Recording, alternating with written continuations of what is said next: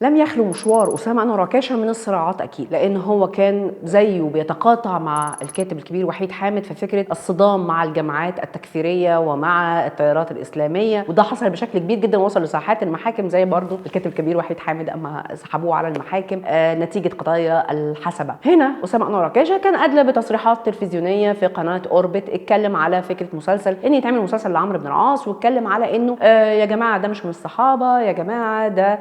بيتكلم من زاوية سياسية بحتة وزاوية اجتماعية بحتة، ما تطرقش لأي مسائل خاصة بالدين، وقال ان هو لا، له ما له وعليه ما عليه، وهو ارتكب جرائم في بعض الغزوات وفي بعض الملفات الخاصة في هذا التوقيت. والحقيقة ان التصريحات دي فتحت عليه النار، ولجأوا الى المحاكم وكانوا عايزين يرفعوا قضية بالتفريق بينه وبين زوجته، لان هو كده كافر ومرتد، فكان الاتهام بالكفر. كانوا عايزين يعملوا معاه زي ما حصل مع نصر حامد ابو زيد لما خد مراته وسافروا هولندا نتيجة قضية التفريق اللي بينهم ونتيجة قضية الحسبة اللي كانوا بيترصدوا بيها لكل المثقفين وكل التنويرين اللي بيحاولوا يتكلموا عن شخصيات لها صبغة دينية. تعامل أسامة أنور عكاشة، كان في ثنائية كده معروفة جدا بينه وبين المخرج الكبير الراحل إسماعيل عبد الحافظ، عملوا مع بعض 7 مسلسلات، وكمان عمل نفس عدد المسلسلات ده للصدفة يعني مع المخرج الكبير كمان محمد فاضل. بس إسماعيل عبد الحافظ كانت الثنائية أقوى لأن هم عملوا مع بعض مسلسلات الأجزاء اللي هو زي مسلسل المصراوية زي مسلسل الحلمية لأكتر من جزء، فعشان كده يقدر نعتبر إن التعاون بينه وبين إسماعيل عبد الحافظ كان اكبر واعمق واكتر. اسامه انور عكاشة ما كانش بيحب كتابه السينما،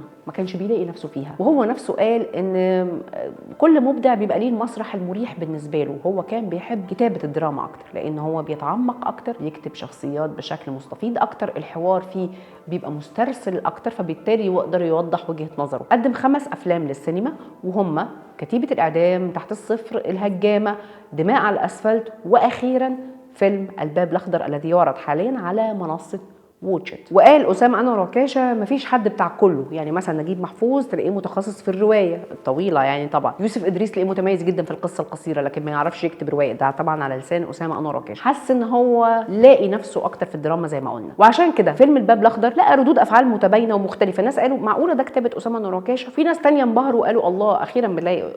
قلم اسامه انور عكاشة. وغالبا بتلاقي ان دايما اعماله السينمائيه مش بتلاقي هذا الاجماع ما عدا طبعا الفيلم العظيم كتيبه الاعدام. في النهايه عرفنا ليه مسلسلات اسامه انور عكاشة باقيه ومحفوظه لغايه النهارده، ومسلسلاتنا الثانيه استهلاكيه او نقدر نقول مفيش حاجه منها باقيه، وهو ده الفرق الحقيقي ما بين فكره مسلسل وما بين فكره عمل درامي، عشان قلنا شخصياته دايما بيضعها في حلقه مفرغه كلها ليها ابعاد نفسيه. عشان كده دراسه علم النفس كانت قد ايه مفيده، عشان فكره ان هي الشخصية الواقعة بين عالمين، فبيجسد حيرتها ومدى التوهان اللي هي حاسة بيه في هذا العالم. وبننهي بجملة حوارية، الجملة اللي انتهى بيها فيلم الباب الأخضر: ولا زلنا ننتظر شهادة الميلاد، ولا زلنا ننتظر عند الباب الأخضر.